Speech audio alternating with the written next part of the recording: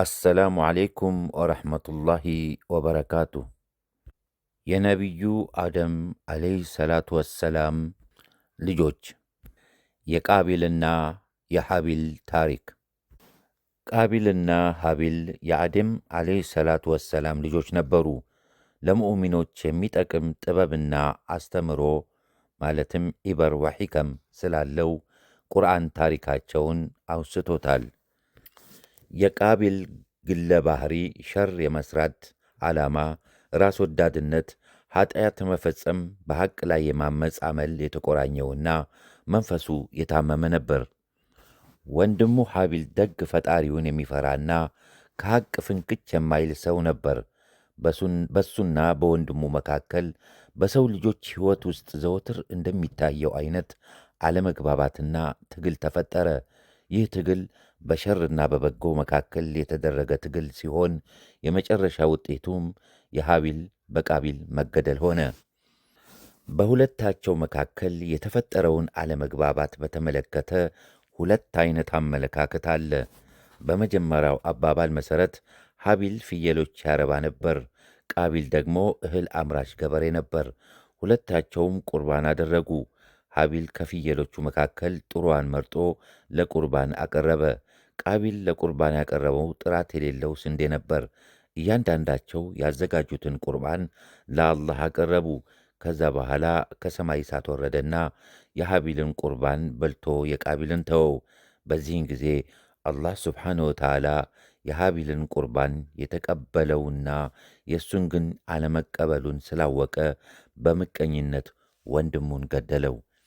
በሁለተኛው አቋም መሠረት ደግሞ አዳም በአንድ ሴት ማኅፀን አንድ ወንድና አንዲት ሴት ልጅ ይረገዝላቸው ነበር። ከአንዷ ሴት የተወለደው ወንድ ልጅ ከሌላዋ ሴት የተወለደችውን ሴት ልጃቸውን ያገባ ነበር። በመጀመሪያ ቃቢል ከሴት መንትያው ጋር ተወለደ። ቀጥሎ ደግሞ ሐቢል ከሴት መንትያው ጋር ተወለደ። የቃቢል መንትያ የሆነችው ሴት ልጅ በጣም መልከ መልካም ስለነበረች አደም ሐቢል እንዲያገባት ፈለጉ። ቃቢል በአባቱ ሐሳብ አልስማማም ብሎ አመፀ። እሷን የማገባት እኔ ነኝ፣ እሱም የራሱን እህት ማግባት አለበት አለ። ይህ የአንተ ሐሳብ ነው እንጂ የአላህ ስብሓነ ወተዓላ አይደለም በማለት አባቱን ተቃወማቸው። ከዛም አደም ለሁለቱም ልጆቻቸው ሁለታችሁም ቁርባን አዘጋጁ፣ ቁርባን ተቀባይነት ላገኘው እድርለታለሁ አሏቸው። አላህ ስብሓነ ወተዓላ የሐቢልን ቁርባን ስለተቀበለው እሳት ከሰማይ ወርዶ በላቸው። በዚህ ቅናት ይዞት ቃቢል ወንድሙን ገደለው። የቃቢል ቁርባን ተቀባይነት አለማግኘቱን በሚመለከት ቁርአን እንደሚከተለው ይናገራል። በእነሱም ላይ የአዳምን ሁለት ልጆች ወሬ ቁርባንን ባቀረቡና አላህ በአንደኛው ተቀብሎ ከሌላው ባልተቀበለ ጊዜ የሆነውን በእውነት አንብብላቸው። በእርግጥ እገድልሃለሁ አለው። ተገዳዩ አላህ የሚቀበለው እኮ ከጥንቁቆቹ ብቻ ነው አለ። ልትገድለኝ እጅህን ወደ እኔ ብትዘረጋ እኔ ልገድልህ እጄን ወደ አንተ ምዘረጋ አይደለሁም። እኔ የዓለማትን ጌታ አላህን እፈራለሁና አለ። እኔ ከኀጢአቴና በኀጢአትህ ልትመለስና ከእሳት ጓዶች ልትሆን እሻለሁ። ይህም የበደለኞችን ቅጣት ነው አለ። ነፍሱም ወንድሙን መግደሉን ለእርሱ ሸለመችለት፣ ገደለውም፣ ከከሳሪዎችም ሆነ። አልማይዳ ከ27 እስከ 30። እዚህ ላይ ከአንደኛው ተቀብሎ ከሌላው ባልተቀበለ ጊዜ እገድልሃለሁ፣ አላህ የሚቀበለው ከጥንቁቆቹ ብቻ ነው አለ የሚለውን ቆም ብለን ለመመልከት እንሞክር። ከሐቢል አንደበት የወጣው የተቋ ጥንቁቁነት ቃል ወንድሙ ቃቢል በውስጡ ያሰበውን ሸር ለማስወገድ እንዲረዳ የታሰበ እንደነበር መገንዘብ ይቻላል። ነገር ግን ተቋና ቃቢል በጣም የተራራቁ ነበሩ። ለዚህም አላህ ስብሓነ ወተዓላ ቁርባኑን ሳይቀበለው ቀረ። ዐይነ ሕሊናውን ያወረው ምቀኝነት የወንድሙን ሕይወት ለማጥፋት አበቃው።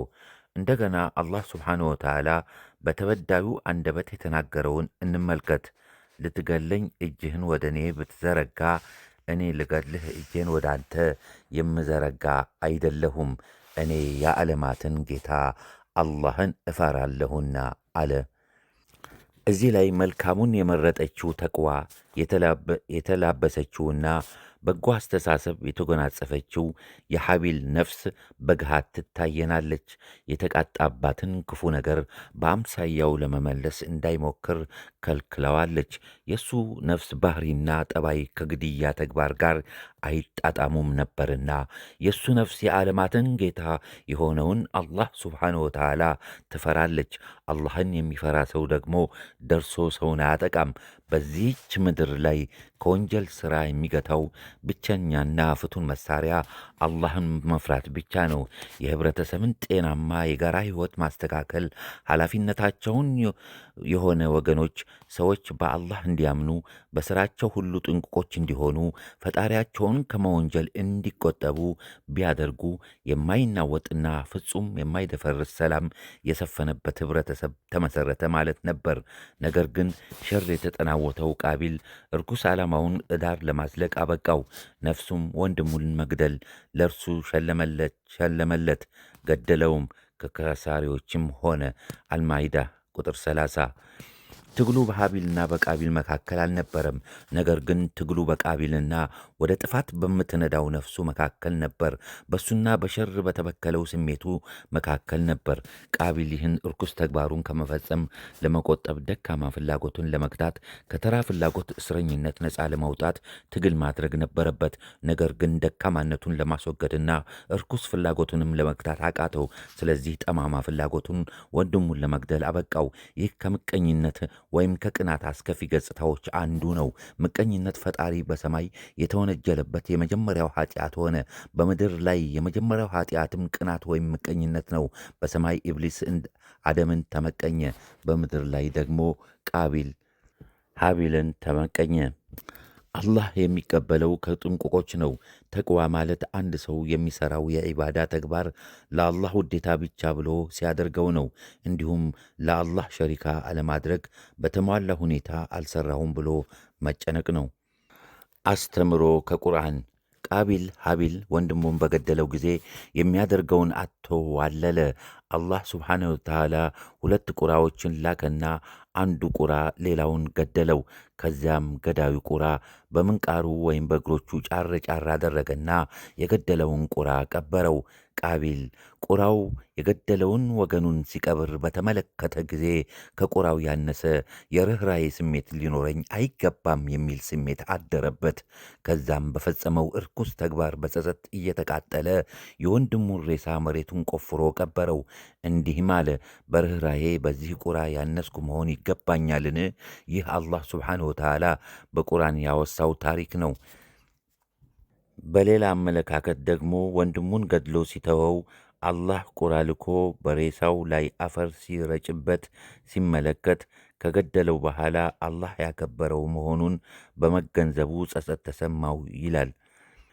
የወንድሙንም ሬሳ እንዴት እንደሚሸሽግ ያሳየው ዘንድ አላህ መሬትን የሚጭር ቁራን ላከለት። ወይኔ የወንድሜን ሬሳ እሸሽግ ዘንድ እንደዚህ ቁራ ቢጤ መሆን አቃተኝን? አለ። ከጸጸተኞችም ሆነ። አልማኢዳ ቁጥር 31። ወሰላሙ አለይኩም ወረሕመቱላሂ ወበረካቱ።